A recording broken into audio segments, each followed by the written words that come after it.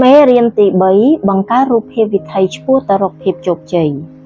ដំបូងអ្នកត្រូវតែមើលឲ្យឃើញពីអ្វីដែលស្ថិតនៅក្នុងខួរក្បាលរបស់អ្នកជាមុនសិនមុននឹងអ្នកអាចធ្វើវាបាននៅក្នុងកិច្ចសម្ភាសន៍មួយតាមកញ្ចក់ទូរទស្សន៍នាពេលថ្មីនេះតារាចម្រៀង Celine Dion ត្រូវបានគេសួរថានៅពេលចាប់ផ្ដើមអាជីពដំបូងតើលោកស្រីធ្លាប់ស្រមៃថាថ្ងៃណាមួយលោកស្រីអាចនឹងលក់អាល់ប៊ុមបានរាប់លានបន្ទះនិងដើរប្រគំតន្ត្រីទេសចរនិងច្រៀងនៅចំពោះមុខមនុស្សរាប់ម៉ឺននាក់ជារៀងរាល់សប្តាហ៍ដែរទេតារាចម្រៀងរូបនេះក៏បានឆ្លើយថារឿងទាំងអស់នេះមិនមែនជារឿងគួរឲ្យភ្ញាក់ផ្អើលសម្រាប់លោកស្រីឡើយពីព្រោះលោកស្រីបានស្រមៃឃើញអំពីរូបភាពទាំងនេះយ៉ាងច្បាស់តាំងពីនៅអាយុ5ឆ្នាំមកម្ល៉េះលោកស្រីមិនមែនកំពុងតែអួតពីខ្លួននោះទេហើយលោកស្រីក៏បានខិតខំប្រឹងប្រែងយ៉ាងខ្លាំងមិនគួរឲ្យជឿដើម្បីទទួលបាននូវភាពជោគជ័យសពគ្រប់បែបយ៉ាងដែលលោកស្រីមានមកទល់សប្តាហ៍នេះដូចគ្នាអ្វីដែលលោកស្រីបានរៀនសូត្រតាំងពីក្មេងមកនោះគឺសមត្ថភាពក្នុងការទាញយកថាមពលនៃការរក្សានៅរូបភាពដ៏រស់រវើកនិងមានឥទ្ធិពលដ៏ខ្លាំងក្លាមួយពលគឺការស្រមៃមើលអំពីរូបភាពតារាដែលខ្លួនចង់ក្លាយខ្លួនទៅជាម្នាក់នោះនៅថ្ងៃអនាគតអត្តពលិកលំដាប់ពិភពលោកជាច្រើនរូបក៏បានបញ្ចូលនៅអំណាចនៃការស្រមើស្រមៃអំពីរូបភាពនេះដើម្បីពង្រឹងនៅក្នុងខួរក្បាលរបស់ពួកគេអំពីរបៀបដែលពួកគេចង់បញ្ចេញសមត្ថភាពរបស់ពួកគេឲ្យបានច្បាស់លាស់ចេញមកខាងក្រៅផងដែរមិនថាវាជាការជិះស្គីនៅលើទឹកកកដែលកំពុងតែបំពេញនៅការលោតដ៏ពិបាកមួយកីឡាករវាយកូនបាល់អាជីពដែលវាយកូនបាល់ចេញវាយ service បានយ៉ាងល្អឥតខ្ចោះដើម្បីយកឈ្នះគូប្រកួតឬក៏អ្នកវាយកូនហ្គោលដែលវាយកូនហ្គោលបានឆ្ងាយនិងត្រង់ទៅមុខបានយ៉ាងល្អទៅតាមកន្លងនៃទីលានក៏ដោយក៏អ្នកប្រកួតប្រជែងកម្ពុជាជាច្រើនតែងតែស្រមៃមើលអំពីលទ្ធផលជោគជ័យនៅក្នុងខួរក្បាលរបស់ពួកគេមុនពេលពួកគេសម្រេចវាបាននៅក្នុងពិភពជាក់ស្ដែងគ្រប់គ្នាទោះជាយ៉ាងណាក៏ដោយការស្រមើស្រមៃអំពីរូបភាពមិនមែនជារឿងដែលត្រូវបានបំរុងទុកសម្រាប់តែតារាចម្រៀងអត្តពលិកឬតារាភាពយន្តនោះទេតាមពិតទៅវាគឺជាអ្វីដែលអ្នកបានប្រើប្រាស់តាំងពីកុមារភាពរបស់អ្នកមកម្ល៉េះដើម្បីបង្កើននូវស្ថានភាពនៃជីវិតផ្ទាល់ខ្លួនរបស់អ្នកសូមអនុញ្ញាតឲ្យខ្ញុំបញ្ជាក់ឲ្យកាន់តែច្បាស់អំពីអ្វីដែលខ្ញុំកំពុងតែចង់សម្ដៅនេះផងចុះជាញឹកញាប់ការស្រមើស្រមៃអំពីរូបភាពគឺត្រូវបានគេពិពណ៌នាថាជាខ្សែភាពយន្តនៅក្នុងខួរក្បាលឬរូបភាពខាងក្នុងឬការមើលឃើញអំពីរូបភាពយើងម្នាក់សុទ្ធតែបានរក្សាទុកនៅរូបភាពនៅក្នុងខួរក្បាលរបស់យើងអំពីប្រភេទនៃទំនាក់ទំនងដែលយើងស័ក្តិសមនឹងទទួលបានកម្រិតនៃភាពជោគជ័យដែលយើងនឹងសម្រេចបាននៅកន្លែងការងារវិសាលភាពនៃសមត្ថភាពដឹកនាំរបស់យើងចំនួនទឹកប្រាក់ដែលយើងនឹងរកបាននិងសន្សំទុកនិងអ្វីផ្សេងជាច្រើនទៀតខ្សែភាពយន្តនៅក្នុងខួរក្បាលតាំងពីកុមារភាពតើរូបភាពទាំងនេះមានប្រភពមកពីណាជាការពិតណាស់យើងចាប់ផ្ដើមបង្កើតខ្សែភាពយន្តនៅក្នុងខួរក្បាលរបស់យើងតាំងពីដើមដំបូងមកម្ល៉េះនៅក្នុងជីវិតរបស់យើងប្រសិនបើកាលពីនៅក្មេងយើងធ្លាប់ត្រូវបានគេរិះគន់ឬមានអារម្មណ៍ថាខ្លួនឯងគ្មានតម្លៃនោះយើងនឹងកត់ត្រានៅព្រឹត្តិការណ៍ទាំងនោះរួមទាំងអារម្មណ៍ដែលពាក់ព័ន្ធនឹងព្រឹត្តិការណ៍ទាំងនោះទុកជារូបភាពនៅក្នុងខួរក្បាលរបស់យើងដោយសារតែយើងឧស្សាហ៍រំលឹកឬដកជាប់នៅរូបភាពទាំងនេះជាប់នៅក្នុងខួរក្បាលទាំងដឹងខ្លួននិងមិនដឹងខ្លួននោះយើងនឹងមានទំនោរបង្កើតនៅស្ថានភាពនៃជីវិតដែលស្របទៅនឹងរូបភាពដើមទាំងនោះជាមិនខានជាឧទាហរណ៍អ្នកប្រហែលជានៅតែដកជាប់នៅក្នុងចិត្តនៅរូបភាពដ៏រស់រវើកអំពីកាលពេលដែលបានទទួលរងនៅការរិះគន់ឬស្ដីបន្ទោសពីសំណាក់គ្រូបង្រៀនណាម្នាក់នៅសាលាបឋមសិក្សារបស់អ្នកមានអារម្មណ៍ខ្មាស់អៀននៅចំពោះមុខមនុស្សថ្នាក់ទាំងអស់ក្រោយមកទៀតនៅពេលដែលអ្នកចង់បញ្ចេញមតិយោបល់នៅក្នុងសាលាឬនៅក្នុងចំណោមក្រុមមនុស្សទាំងមូលអ្នកបែរជារារែកហើយនៅសំងំស្ងៀមទៅវិញទាំងដែលក្នុងចិត្តនៅតែចងចាំទោះបីជាស្ថិតនៅក្នុងកម្រិតមួយដែលអ្នកមិនបានដឹងខ្លួនក៏ដោយថាតើវាឈឺចាប់កម្រិតណានៅពេលដែលអ្នកត្រូវបានរិះគន់ស្ដីបន្ទោសនោះរូបភាពនោះគឺនៅតែបន្តដកជាប់នៅក្នុងខួរក្បាលរបស់អ្នកហើយវាមានឥទ្ធិពលយ៉ាងខ្លាំងមហាសាលមកលើសកម្មភាពបច្ចុប្បន្នរបស់អ្នកជាអកុសលនៅក្នុងចំណោមយើងភាគច្រើនគឺមិនបានធ្វើបច្ចុប្បន្នភាពឬកែសម្រួលខ្សែភាពយន្តកាលពីកុមារភាពរបស់យើងនោះឡើយដូច្នេះយើងកំពុងតែបន្តបង្កើតលទ្ធផលដែលមិនទាន់អស់ពីសក្តានុពលដ៏ពេញលេញរបស់យើងជាបន្តបន្ទាប់ អ្វីដែលយើងរៀបរាប់បន្តទៅទៀតនេះគឺជាបច្ចេកទេសមួយចំនួនដើម្បីប្រើប្រាស់អំណាចនៃការស្រមើស្រមៃអំពីរូបភាពដើម្បីកែលម្អទៅលើស្ទើរគ្រប់ទិដ្ឋភាពទាំងអស់នៅក្នុងជីវិតរបស់អ្នកទទួលខុសត្រូវលើខ្សែភាពយន្តផ្ទាល់ខ្លួនរបស់អ្នកមិនមែនរាល់រូបភាពនៅក្នុងចិត្តទាំងអស់សុទ្ធតែមានប្រភពចេញពីកុមារភាពទាំងអស់របស់អ្នកនោះទេអ្នកតែងតែបង្កើតនៅខ្សែភាពយន្តនៅក្នុងខួរក្បាលជាបន្តបន្ទាប់ដោយផ្អែកលើទំនាក់ទំនងបទពិសោធន៍ការងារនិងព្រឹត្តិការណ៍ផ្សេងៗទៀតមិនថារូបភាពនៅក្នុងខួរក្បាលទាំងនោះមានប្រភពមកពីណានោះទេវាតែងតែមានចំណុចមួយដែលខ្ញុំចង់បញ្ជាក់ឲ្យច្បាស់ថាគឺមានតែអ្នកម្នាក់គត់ដែលជាអ្នកគ្រប់គ្រងលើខ្សែភាពយន្តរបស់ខ្លួនឯងអញ្ចឹងយើងនឹងមកសាកល្បងធ្វើការពិសោធន៍ខ្លីមួយទាំងអស់គ្នាចូលស្រមើស្រមៃគិតអំពីការ៉េមួយកោណដែលពោពេញទៅដោយរសជាតិដែលអ្នកចូលចិត្តបំផុតតើវាបង្កើតបានជារូបភាពនៅក្នុងចិត្តរបស់អ្នកដែរឬទេខ្ញុំជឿជាក់ថាវាប្រកាសជាបានកើតឡើងអូខេឥឡូវសាកគិតអំពីដំរីមួយក្បាលវិញម្ដងតើអ្នកបានឃើញវាទេចូលសាកបដូរពណ៌ដំរីទៅជាពណ៌ផ្កាឈូកវិញទៅមើលត្រឹមតែមួយពណ៌ព្រិចភ្នែកប៉ុណ្ណោះអ្នកបានបង្កើតនៅរូបភាពដំរីពណ៌ផ្កាឈូកមួយបានបាត់ទៅហើយចុះតើអ្នកអាចទាញរូបភាពការ៉េមួយកោណនៅមុននេះបន្តិចត្រឡប់មកវិញបានទេប្រកាសណាស់អ្នកច្បាស់ជាអាចធ្វើបានតើអ្នកយល់ពីន័យដែលខ្ញុំចង់និយាយដែរទេអ្នកមានភាពម្ចាស់ការលើរូបភាពទាំងឡាយដែលស្ថិតនៅក្នុងខួរក្បាលរបស់អ្នកទោះជាយ៉ាងណាក៏ដោយនៅពេលដែលអ្នកមិនបានសម្រេចចិត្តចេញពីមនសិការដោយដឹងខ្លួនថាត្រូវចាក់បញ្ចាំងរូបភាពណាមួយទេនោះខួរក្បាលរបស់អ្នកនឹងទៅស្វែងរកនៅក្នុងបណ្ណាសាហើយបន្តចាក់បញ្ចាំងខ្សែភាពយន្តចាស់ៗដែលមានស្រាប់នៅក្នុងបណ្ណាល័យខួរក្បាលរបស់អ្នកឡើងវិញជាមិនខានផ្លាស់ប្ដូរអត្ថន័យនៃខ្សែភាពយន្តចាស់ៗរបស់អ្នកការដែលបដិសេធនៅអ្វីដែលបានកើតឡើងនៅក្នុងបទពិសោធន៍កាលពីអតីតកាលរបស់អ្នកនោះវាមិនបានផ្ដល់ផលប្រយោជន៍អ្វីដល់អ្នកឡើយមិនថាអ្នកឈឺចាប់កម្រិតណាឬខកបំណងខ្លាំងប៉ុណ្ណាឡើយឧទាហរណ៍អ្នកមិនអាចផ្លាស់ប្ដូរសច្ចភាពដែលថាអ្នកធ្លាប់ត្រូវបានគ្រូស្ដីបន្ទោសឬរិះគន់នោះឡើយតែទោះជាយ៉ាងណាក៏ដោយអ្នកនៅតែអាចមានឱកាសផ្លាស់ប្ដូរការបកស្រាយរបស់អ្នកទៅលើព្រឹត្តិការណ៍មួយនោះបានជានិច្ច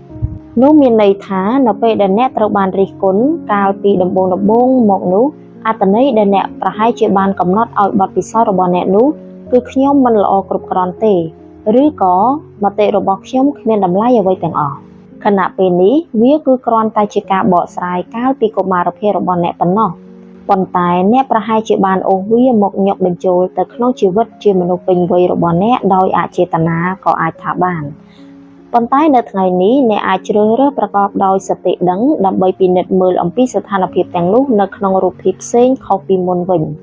ឧទាហរណ៍សម្រាប់គ្រូបង្រៀនម្នាក់នោះអាចថាគ្រាន់តែគាត់មិនយល់ស្របនឹងអ្នកតែប៉ុណ្ណោះប៉ុន្តែនោះមិនមែនជាការវាយតម្លៃមកលើភាពឆ្លាតវៃឬតម្លៃទាំងមូលរបស់អ្នកក្នុងនាមជាមនុស្សម្នាក់នោះឡើយបង្កើតរូបភាពថ្មីយើងអាចបង្កើតខ្សែភាពយន្តថ្មីនៅក្នុងខួរក្បាលរបស់យើងនៅពេលណាដែលយើងសម្រេចចិត្តជ្រើសរើសធ្វើបែបនោះហើយនៅពេលដែលយើងបង្កើតនិងផ្ដោតទៅលើរូបភាពថ្មីដែលជំរុញឲ្យកើតមានឬបំផុសនៅអារម្មណ៍និងវិញ្ញាណអារម្មណ៍ការដឹងតាមរយៈញាណរបស់យើងនោះយើងនឹងធ្វើសកម្មភាពទៅតាមលំនាំនានាដែលគ្រប់គ្រងដល់រូបភាពថ្មីទាំងនោះជាមិនខានដូច្នេះជំហានដំបូងគឺត្រូវបង្កើតរូបភាពនៃលទ្ធផលដែលអ្នកប្រាថ្នាចង់បានជាមុនសិនអ្នកគឺជាបុគ្គលម្នាក់ដែលត្រូវបានកំណត់តាមរយៈការស្រមើស្រមៃរបស់ខ្លួនឯងផ្ទាល់ដោយដែលអ្នកបានដឹងស្រាប់ហើយថាមនុស្សភាគច្រើនមានការភ័យខ្លាចចំពោះការនិយាយជាសាធារណៈណាស់តាមរយៈការស្ទង់មតិពីមួយទៅមួយជាបន្តបន្ទាប់ការនិយាយជាសាធារណៈគឺត្រូវបានគេចាត់ថ្នាក់ថាជាការភ័យខ្លាចលំដាប់ថ្នាក់លេខ1ដែលមនុស្សមានដែលស្ថិតនៅក្នុងចំណាត់ថ្នាក់នាំមុខនៃការភ័យខ្លាចស្លាប់ទៅទៀតដូច្នេះនៅពេលដែលមនុស្សភាគច្រើនត្រូវបានគេស្នើសុំឲ្យពិចារណាទៅលើការឡើងថ្លែងសន្ទរកថានោះតើមានរូបភាពប្រភេទណាខ្លះដែលបានរត់កាត់ខួរក្បាលរបស់ពួកគេនោះពួកគេមើលឃើញខ្លួនឯងកំពុងតែឈរទាំងភ័យញាប់ញ័រនៅចំពោះមុខអ្នកស្ដាប់ប្រហែលជាពួកគេកំពុងតែពិបាកចងចាំនៅអ្វីដែលពួកគេចង់និយាយការដែលចាក់បញ្ចាំងរូបភាពទាំងនេះម្ដងហើយម្ដងទៀតនៅលើអេក្រង់នៅក្នុងខួរក្បាលរបស់អ្នកនោះអ្នកនឹងអាចប្រកបចិត្តថាអ្នកនឹងមិនអាចទទួលបានជោគជ័យច្រើនក្នុងនាមជាអ្នកនិយាយជាសាធារណៈឡើយ ជំនួសឲ្យបែបនេះចូលបង្កើតរូបភាពមួយនៅក្នុងខួរក្បាលរបស់អ្នកជារូបភាពមួយដែលអ្នកកំពុងតែផ្ដល់នៅបទបង្ហាញរបស់អ្នកប្រកបដោយទំនុកចិត្តសមាជិកនៃអង្គពិធីកំពុងតែផ្ចង់ស្ដាប់រាល់ពាក្យពេចន៍ទាំងអស់របស់អ្នកមើលទៅមានភាពលេចធ្លោស្វាហាប់សន្ទរកថារបស់អ្នកគឺមានភាពរលូនអ្នកនិទានរឿងកំប្លែងមួយឡើងហើយអ្នកស្ដាប់ក៏នាំគ្នាសើច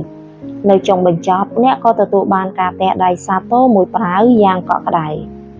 បន្ទាប់មកមនុស្សម្នាក៏បានដើរមកជិតអ្នកដើម្បីអបអរសាទរដល់អ្នក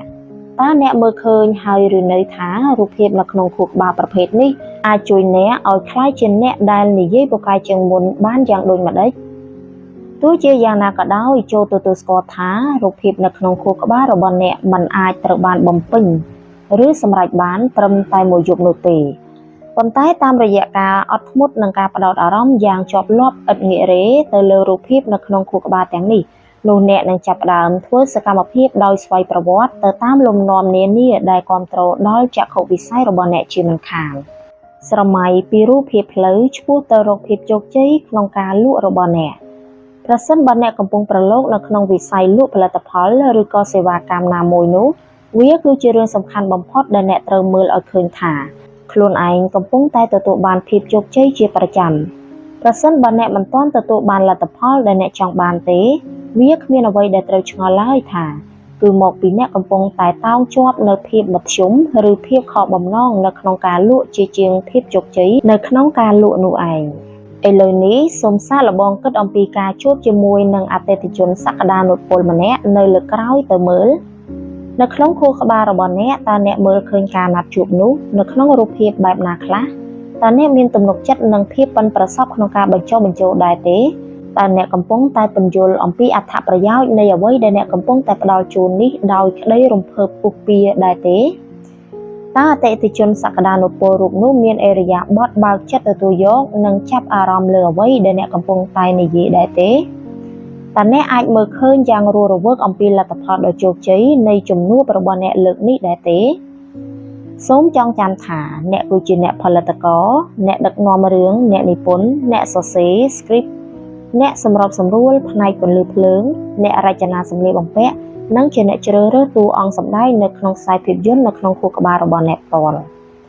អ្នកមានសិទ្ធិជ្រើសរើសថាតើសាច់រឿងទាំងអស់នោះនឹងត្រូវបញ្ចប់ទៅដោយរបៀបណាតាមរយៈការហាត់សមនៅក្នុងខួរក្បាលនិងតាមរយៈការមើលឃើញពីលទ្ធផលជោគជ័យដដែលនៅក្នុងខួរក្បាលរបស់អ្នកនោះបានន័យថាអ្នកកំពុងតែត្រួសត្រាយផ្លូវមួយដើម្បីឆ្ពោះទៅរកភាពជោគជ័យនៅក្នុងអាជីពជាអ្នកលក់របស់អ្នកហើយជាការពិតណាស់ប្រសិនបើបច្ចុប្បន្នអ្នកតែងតែបណ្ដោយឲ្យរូបភាពដែលអតិថិជនបដិសេធចំពោះគំនិតរបស់អ្នកឬមិនចាប់អារម្មណ៍នឹងការធ្វើបទបង្ហាញរបស់អ្នកឲ្យរត់ចូលមកក្នុងខួរក្បាលរបស់អ្នកនោះអ្នកនឹងសម្រេចបាននូវភាពជោគជ័យនៅក្នុងកម្រិតដ៏តិចតួចបំផុតពីការខិតខំប្រឹងប្រែងលក់របស់អ្នកនឹងស្រូបទាញបានតែមនុស្សប្រភេទនោះនិងស្ថានភាពបែបនោះដែលស្របគ្នាទៅនឹងរូបភាពអវិជ្ជមាននៅក្នុងខួរក្បាលរបស់អ្នកជាមិនខានសម្រាប់បន្ធូរអារម្មណ៍និងប្រើប្រាស់ញាណរបស់អ្នកតើអ្វីទៅជាវិធីសាស្ត្រដ៏ល្អបំផុតដែលត្រូវអ្នកប្រើដើម្បីផ្ដោតអារម្មណ៍ទៅលើរូបភាពថ្មីរបស់អ្នកនោះវាតែងត្រូវបានគេបញ្ជាក់ឲ្យឃើញថាខួរក្បាលរបស់អ្នកនឹងងាយទទួលយកការស្រមើស្រមៃបំផុតនៅពេលដែលអ្នកស្ថិតនៅក្នុងសភាពស្ងប់ស្ងាត់និងមិនគិតអ្វីច្រើននៅក្នុងពេលតែមួយដូច្នេះសូមអង្គុយលើកៅអីផាសុកភាពនៅក្នុងផ្ទះរបស់អ្នកបិទភ្នែកហើយធ្វើលំហាត់ដកដង្ហើមឲ្យបានវែងដើម្បីសម្អាតខួរក្បាលនិងដើម្បីឲ្យរាងកាយបានសម្រាកឥឡូវនេះចូលចាប់ផ្ដើមបង្កើតរូបភាពដែលមានជាប់ពាក់ព័ន្ធទៅនឹងវិញ្ញាណឲ្យបានច្រើនតាមដែលអាចធ្វើទៅបានកាលណាអ្នកដាក់បញ្ចូលរូបភាពចក្ខុវិញ្ញាណសម្លេងសោតវិញ្ញាណក្លិនឃានវិញ្ញាណរសជាតិជីវហាវិញ្ញាណនិងការប៉ះពាល់កាយវិញ្ញាណទៅក្នុងរូបភាពនៅក្នុងខួរក្បាលកាន់តែច្រើននោះកម្លាំងស្រូបទាញដែលជំរុញឲ្យចក្ខុវិស័យឬការស្រមើស្រមៃបានคล้ายទៅជាការពិតនោះក៏នឹងកាន់តែខ្លាំងក្លាទៅតាមនោះដូចគ្នានេះគឺជាឧទាហរណ៍មួយឧបមាថាអ្នកតែងតែស្រមៃចង់មានផ្ទះមួយនៅជាប់នឹងមាត់សមុទ្រនៅក្នុងតំបន់ Caribbean ចូលស្រមៃមើលផ្ទះដែលមានពណ៌សលាយផ្កាឈូកខ្ចីមួយទៅមើលចូលស្រមៃមើលពីដើមដូងពណ៌បៃតងដែលកំពុងតែយល់រេរាយឺតតាមខ្យល់ជំនោរបក់រំភើយស្រាលមួយទៅមើល ចូលសាកស្រង់ស្រូបក្លិនទឹកសមុទ្រទៅមើលចូលពណ៌ដីខ្សាច់ដ៏កក់ក្ដៅនៅចន្លោះមេជើងរបស់អ្នកទៅមើលចូលពណ៌ឲ្យដឹងពីពន្លឺថ្ងៃដែលចាំងជះមកលើផ្ទៃមុខរបស់អ្នកទៅមើលតើនេះមិនមែនជាឋានសួគ៌ទេឬហើយអ្វីៗទាំងអស់នេះអាចជារបស់អ្នកប្រសិនបើអ្នកប្រកាន់ខ្ជាប់នៅរូបភាពទាំងនេះនៅក្នុងខួរក្បាលរបស់អ្នកនឹងធ្វើនៅអ្វីគ្រប់យ៉ាងដែលចាំបាច់ដើម្បីសម្រេចវាម្យ៉ាងទៀតសូមចងចាំថារូបភាពទាំងឡាយណាដែលត្រូវបានផ្សារភ្ជាប់ទៅនឹងអារម្មណ៍ដ៏ពុះកញ្ជ្រោលនោះវានឹងមានឥទ្ធិពលកាន់តែខ្លាំងជាងមុនទៅទៀតទៅតាមនោះដូចគ្នាដូច្នេះចូលប្រកាសចិត្តថាអ្នកបានបន្ថែមអារម្មណ៍វិជ្ជមានចូលទៅក្នុងចក្ខុវិស័យរបស់អ្នកឲ្យបានយ៉ាងពិតប្រាកដហើយជាឧទាហរណ៍នៅពេលដែលអ្នកស្រមៃមើលពីការងារដ៏ល្អឥតខ្ចោះរបស់អ្នកចូលរួមបញ្ចូលនៅរូបភាពនៅក្នុងខួរក្បាលដ៏រស់រវើកនិងញៀនទាំង5របស់អ្នកព្រមជាមួយនឹងអារម្មណ៍មោទនភាពនិងភាពពេញចិត្តដ៏ស្កប់ស្កល់ដ៏អស្ចារ្យមួយដែលអ្នកនឹងទទួលបានខណៈពេលដែលអ្នកកំពុងបំពេញការងារនៅក្នុងតំណែងថ្មីរបស់អ្នកនោះទៅមើលជាចុងក្រោយសូមកុំបារម្ភអំពីគុណភាពនៃរូបភាពនៅក្នុងខួរក្បាលរបស់អ្នកនៅក្នុងពេលចាប់ផ្ដើមដំបូងអីមនុស្សមួយចំនួនអាចបង្កើតរូបភាពដែលមានពណ៌រស់រវើកបានយ៉ាងងាយខណៈដែលអ្នកផ្សេងទៀតអាចមើលឃើញត្រឹមតែរូបភាពព្រាលៗតែប៉ុណ្ណោះវាក៏អាចទៅរួចដែរដែលអ្នកអាចនឹងមានអារម្មណ៍ត្រឹមដឹងនៅក្នុងចិត្តជាជាងការមើលឃើញអំពីរូបភាពដ៏ច្បាស់លាស់មួយនៅក្នុងខួរក្បាលនោះទោះក្នុងករណីណាក៏ដោយសូមកុំបាច់បារម្ភពីវាអីចូលធ្វើឲ្យអស់ពីសមត្ថភាពរបស់អ្នកហើយសូមកុំប្រៀបធៀបខ្លួនឯងទៅនឹងនរណាផ្សេងទៀតឲ្យសោះយូរទៅរូបភាពនៅក្នុងខួរក្បាលរបស់អ្នកនឹងកាន់តែច្បាស់ទៅតាមពេលវេលាអ្វីដែលជាគន្លឹះសំខាន់នោះគឺត្រូវចំណាយពេលពី3នាទីជារៀងរាល់ថ្ងៃដើម្បីចាក់បញ្ចាំងខ្សែភាពយន្តថ្មីទាំងនេះនៅក្នុងខួរក្បាលរបស់អ្នកឲ្យបានតែប៉ុណ្្នឹងឯងសរសេរមូលបទានប័ត្រមួយជូនខ្លួនឯងការបង្កើតរូបភាពនៃលទ្ធផលជោគជ័យហើយចាក់បញ្ចាំងរូបភាពទាំងនោះនៅក្នុងខួរក្បាលរបស់អ្នកនោះគឺមានឥទ្ធិពលខ្លាំងណាស់ប៉ុន្តែនៅមានបច្ចេកទេសមួយផ្សេងទៀតដែលអ្នកអាចប្រើប្រាស់ដើម្បីជួយពន្លឿនដល់ភាពជោគជ័យរបស់អ្នកបានអ្នកអាចបង្កើតឧបករណ៍ជំនួយការស្រមើស្រមៃដើម្បីនាំអ្នកឆ្ពោះទៅរកអ្វីដែលអ្នកត្រូវការបាននៅក្នុងឆ្នាំ1990នៅពេលដែលលោកមិនទាន់មានឈ្មោះបោះសម្លេងនៅឡើយតារាកំប្លែងលោក Jim Carrey បានសរសេរមូលបទានប័ត្រឬសែកមួយជូនខ្លួនគាត់នៅក្នុងទឹកប្រាក់ចំនួន$10 លានសម្រាប់សេវាកម្មសម្ដែងរបស់គាត់មូលបទានប័ត្រនោះត្រូវបានចុះកាលបរិច្ឆេទទុកជាមុនសម្រាប់ថ្ងៃ Thanksgiving ក្នុងឆ្នាំ1995ដោយដែលលោក Carrey បានពន្យល់អញ្ចឹងថាវាមិនមែនជារឿងលុយកាក់ទាំងស្រុងនោះទេលោកបានដឹងថាប្រសិនបើលោកអាចរកចំណូលបានច្រើនដល់កម្រិតនោះមានន័យថាលោកនឹងបានធ្វើការជាមួយនឹងមនុស្សពូកែបំផុតទៅលើអ្វីៗគ្រប់យ៉ាងទាក់ទងនឹងខ្សែភាពយន្តដែលល្អបំផុតដូចគ្នាលោក Carrey រកចំណូលបានប្រមាណជា$8 សែនពីការសម្ដែងរបស់លោកនៅក្នុងរឿង Ace Ventura និងរឿង The Mask បន្ទាប់មកនៅចុងឆ្នាំ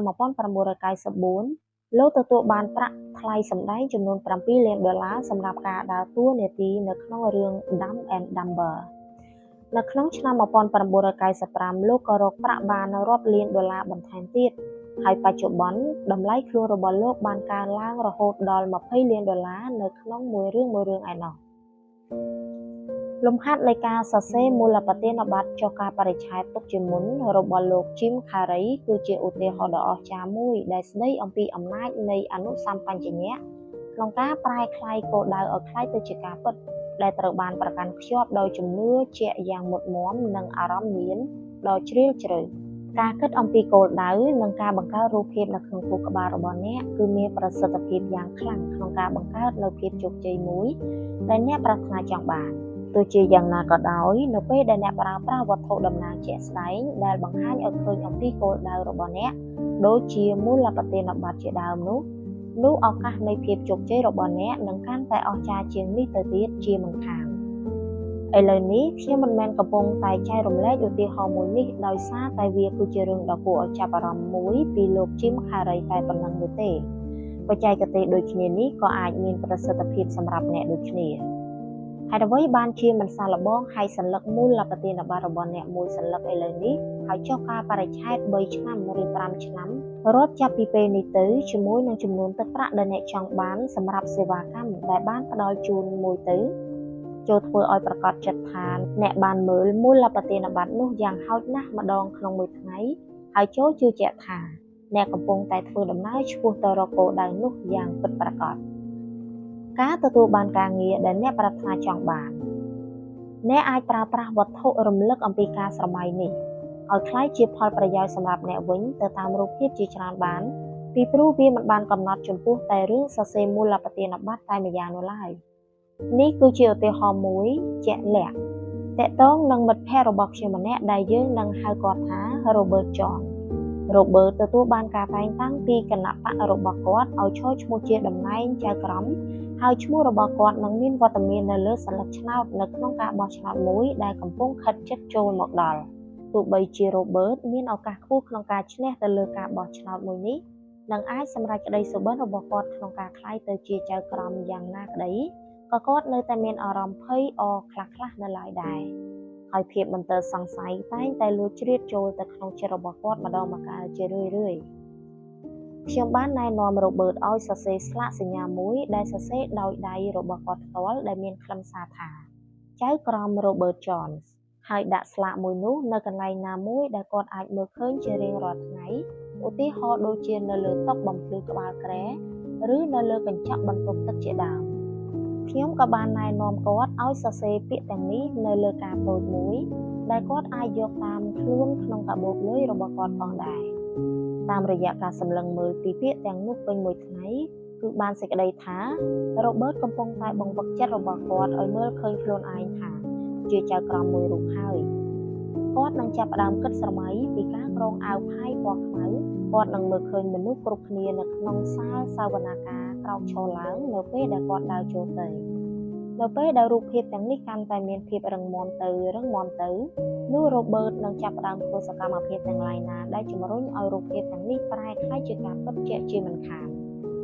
គាត់នឹងចុះធ្វើយុទ្ធនាការឲ្យកាន់តែខ្លាំងក្លាជាងមុនបន្ថែមទៀតគាត់នឹងរៀបចំឲ្យច្បាស់ថាគណៈបករបស់គាត់កំពុងធ្វើគ្រប់សពបែបយ៉ាងតាមដែលអាចធ្វើទៅបានដើម្បីឲ្យអ្នកបោះឆ្នោតចេញមកបោះឆ្នោតនៅថ្ងៃបោះឆ្នោតយ៉ាងពិតប្រាកដ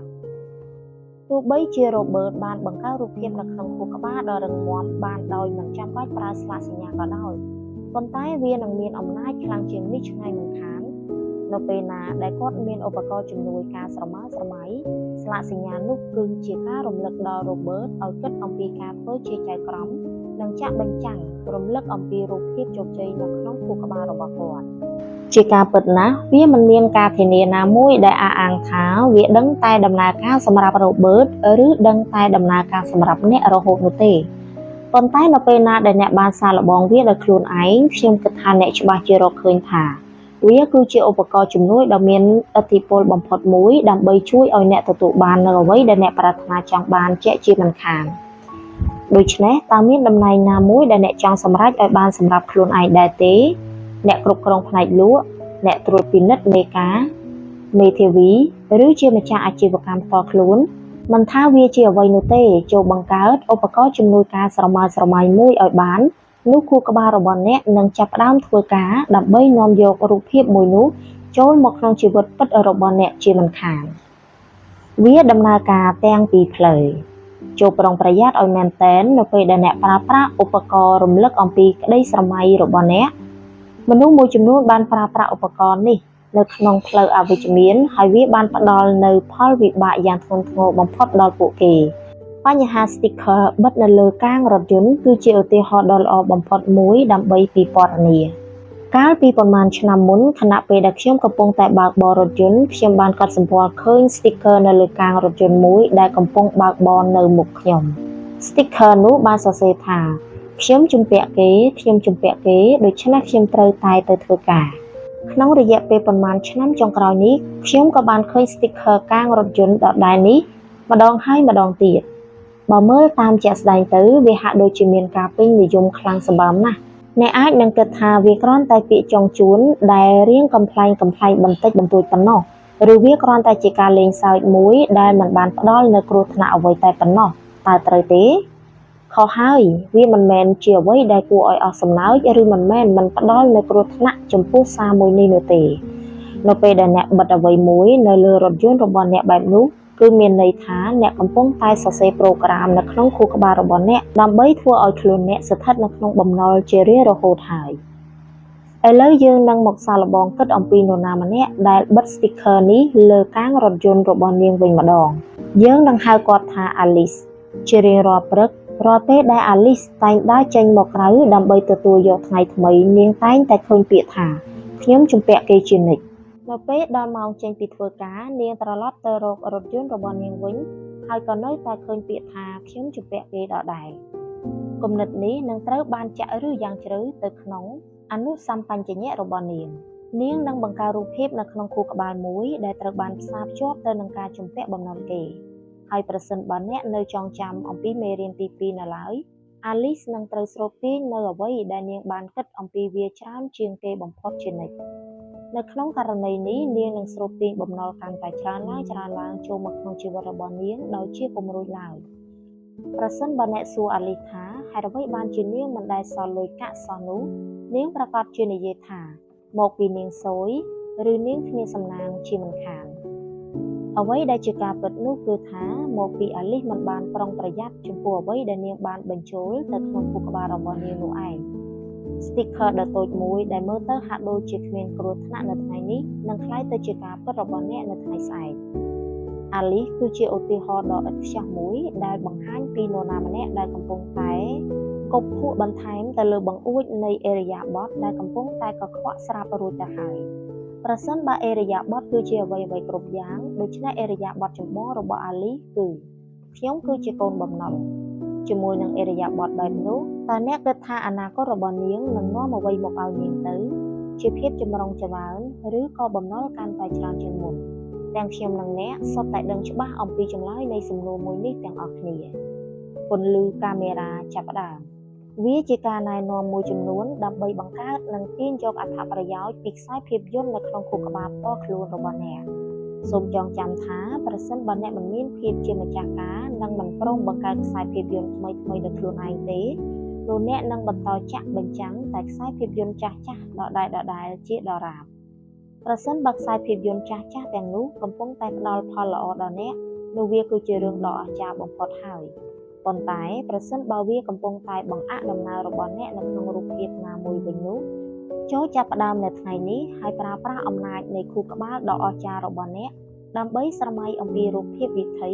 ដើម្បីឆ្ពោះទៅកាន់ភាពជោគជ័យដែលកាន់តែអស្ចារ្យជាងមុនរបស់អ្នកចុះ